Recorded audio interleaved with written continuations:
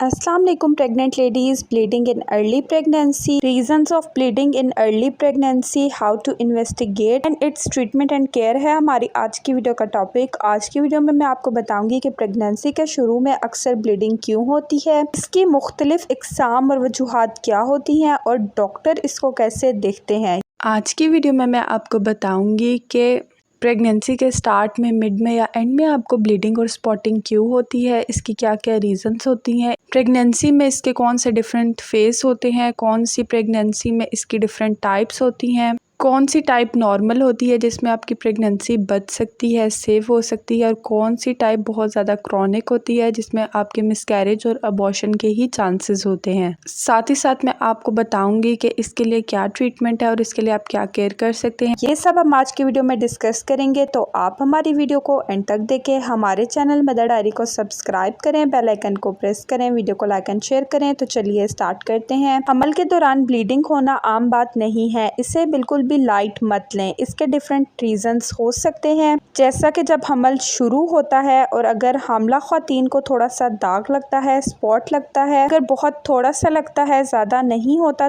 तो इस सिचुएशन में इस चीज़ का खदशा होता है कि शायद हमल कमज़ोर है और इसको क्लियर करने के लिए डॉक्टर से कंसल्ट करना चाहिए और अल्ट्रासाउंड करवाना चाहिए। नॉर्मली प्रेगनेंसी ठीक होती है ऐसी लेडीज़ में, सिर्फ जो ओवम है उसके पीछे थोड़ा सा ब्लड जम जाता है और थोड़ा थोड़ा करके ब्लीडिंग या स्पॉटिंग के थ्रू निकलता रहता है। इस कंडीशन में ज़्यादा टेंशन लेने की बात नहीं है। अल्ट्रासाउंड में ये चीज़ क्लियर हो जाए तो डॉक्टर आपको मेडिसिन देते हैं और कुछ इंजेक्शंस देते हैं, जिससे आपका हमल ठहर जाता है और ब्लीडिंग रुक जाती है। Now second important thing is, in case bleeding ज़्यादा हो या स्टार्ट में ब्लीडिंग कम हो और फिर टाइम के साथ साथ ये ज़्यादा बढ़ती चली जाए, जमा हुआ खून, ब्लड क्लॉट्स भी साथ आना स्टार्ट हो जाएं, तो ज़्यादा चांसेस यही होते हैं कि शायद आपका मिसकैरेज हो रहा है या हो गया है। मगर जैसा कि हमने पहले भी आपको बताया है कि अल्ट्रासाउंड के बगैर इसको कंफर्म नहीं कर सकते। जैसे ही आपकी ऐसी सिचुएशन बने तो आपको फ़ौरन से डॉक्टर के पास जाना चाहिए ताकि फ़ौरन से आपका ट्रीटमेंट स्टार्ट किया जा सके।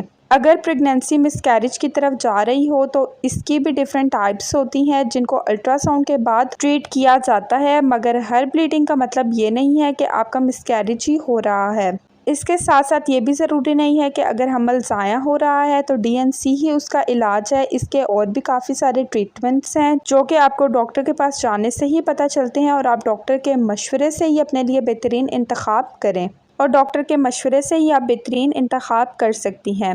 इसके अलावा एक और अहम वजह जो कि हमल में ब्लीडिंग की सूरत में रिप्रेजेंट होती है, उसको एक्टोपिक प्रेगनेंसी कहा जाता है। एक्टोपिक प्रेगनेंसी का मतलब ये होता है कि हमल का अपनी जगह से किसी और जगह पे बढ़ना। जैसा कि आप सब जानते हैं कि हमल बच्चादानी के अंदर ग्रो करता है। एक्टोपिक प्रेगनेंसी में हमल यूट्रस या बच्चादानी के अंदर नहीं होता बल्कि ट्यूब्स के अंदर बढ़ना शुरू कर देता है और ऐसी लेडीज़ को अक्सर हल्का हल्का दाग लगता है और उनके पेट के निचले हिस्से में पेन रहती है, नहीं होता बल्कि ट्यूब्स के अंदर बढ़ना शुरू कर देता है और ऐसी लेडीज को अक्सर हल्का हल्का दाग लगता है और उनके पेट के निचले हिस्से में पेन रहती है। अगर किसी भी लेडीज में ये सिम्टम हो तो उनको हरगिज नज़रअंदाज ना करें, फ़ौरन से अपनी डॉक्टर के पास जाएं और अपनी कंडीशन डिस्कस करें, क्योंकि एक्टोपिक प्रेगनेंसी अगर नज़रअंदाज कर दी जाए तो ट्यूब के फटने के काफ़ी ज़्यादा चांसेस होते हैं। अगर ट्यूब फट जाए तो वो एक इमरजेंसी की सूरत बन जाती है जिसमें इंटरनली ब्लीडिंग स्टार्ट हो जाती है और पेशेंट बेहोश भी हो सकता है और चक्कर भी आ सकते हैं और फिर इमरजेंसी में पेशेंट को ऑपरेशन किया जाता है जिसमें ट्यूब को ज़ाया करना पड़ता है। तो इस इमरजेंसी की सिचुएशन से बचने के लिए ज़रूरी है कि प्रेगनेंसी कंफर्म हो तो जितना जल्दी मुमकिन है उतना जल्दी आप डॉक्टर के पास जाएं। फर्स्ट या सेकेंड वीक में लाजमी डॉक्टर के पास जाना चाहिए ताकि अल्ट्रासाउंड के थ्रू प्रेगनेंसी के सही जगह पे होने की तशखीस हो सके,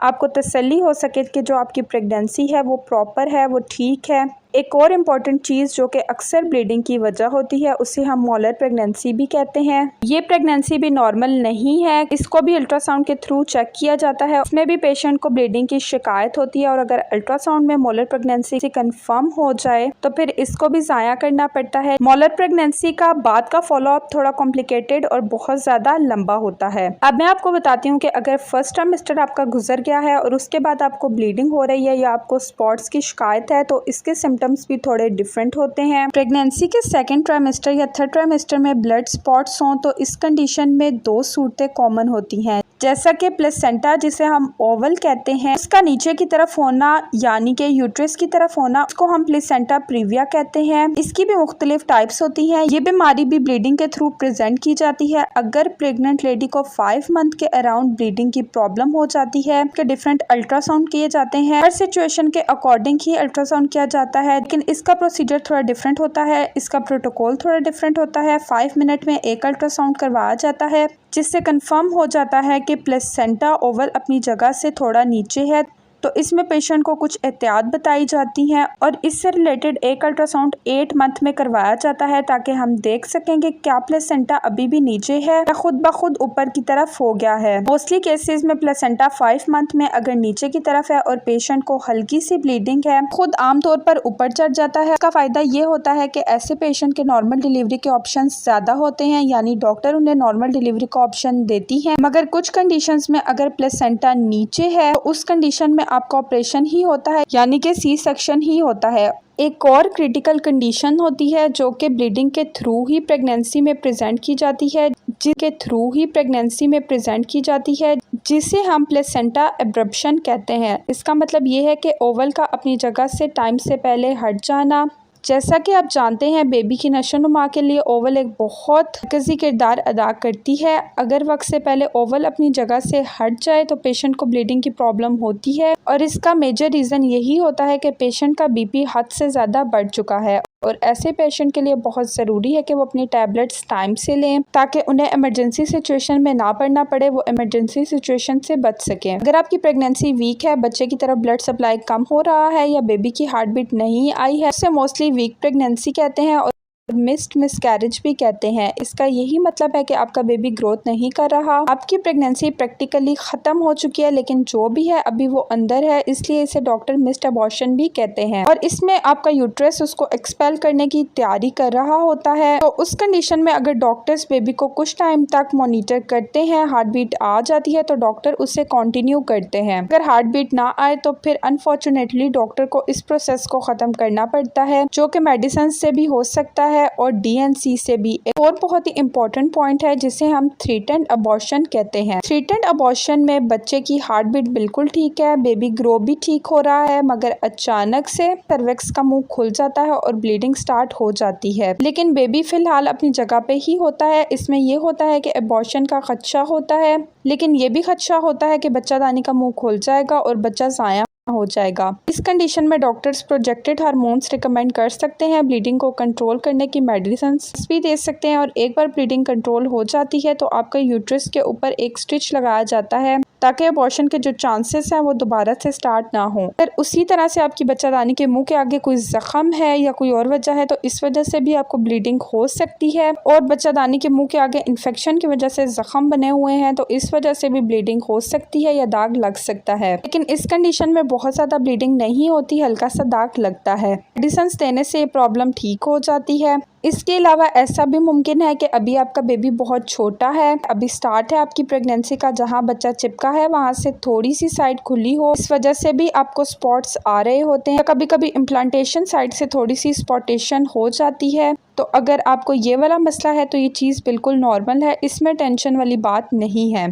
जैसे जैसे प्रेगनेंसी आगे बढ़ती चली जाएगी आपकी ये प्रॉब्लम अपने आप ठीक हो जाएगी। ऐसा हो सकता है कि बेस्ट प्रेगनेंसी नहीं है। इसके अलावा ऐसा भी हो सकता है कि आपकी प्रेगनेंसी में स्पर्म की क्वालिटी अच्छी नहीं है, एग की क्वालिटी अच्छी नहीं है, प्रेगनेंसी हेल्दी प्रेगनेंसी के बराबर नहीं होती, उसमें कोई एबनॉर्मलिटी होती है। इसकी वजह से डॉक्टर इसको एक्सपेल करने का मशवरा ही देते हैं और इसको एनाइस अबॉर्शन या मिसकैरेज कहा जाता है। इन कंडीशंस में सबसे मेजर बात यही है कि हमें प्रेगनेंसी कंफर्म होते ही डॉक्टर से कंसल्ट करना चाहिए और डॉक्टर से कंफर्म करना चाहिए कि सब ठीक है या नहीं। यही एक इसका मेजर ट्रीटमेंट है। घर पर इसका कोई ट्रीटमेंट नहीं है, खुद से इसके अंदाजे मत लगवाएं। जैसे ही आपको स्पॉटिंग हुई, आप में ब्लीडिंग की कंडीशन है, तो आप फौरन से डॉक्टर के पास चली जाएं। डॉक्टर सबसे पहले आपकी क्लिनिकल एग्जामिनेशन करती हैं और आपकी हिस्ट्री पूछती हैं और आपका चेकअप किया जाता है। दूसरे नंबर पे आपका ब्लड टेस्ट किया जाता है जिसमें आपके हार्मोन्स चेक किए जाते हैं। तीसरे नंबर पे हो सकता है डॉक्टर आपकी सोनोग्राफी करें और आपको बताएं कि आपकी इस टाइम पे कंडीशन क्या है। तो ये सब चीज़ें डॉक्टर चेक करती हैं। तो जब आप डॉक्टर के पास जाती हैं, आप में ब्लीडिंग की कंडीशन होती है, तो उसको ट्रीट करने के लिए डॉक्टर आपकी डिफरेंट अल्ट्रासाउंड करती हैं, कुछ मेजर स्टेप की क्लिनिकल एग्जामिनेशन होती है। इसके बाद ही आपकी डॉक्टर आपको बेटर गाइड कर सकती है।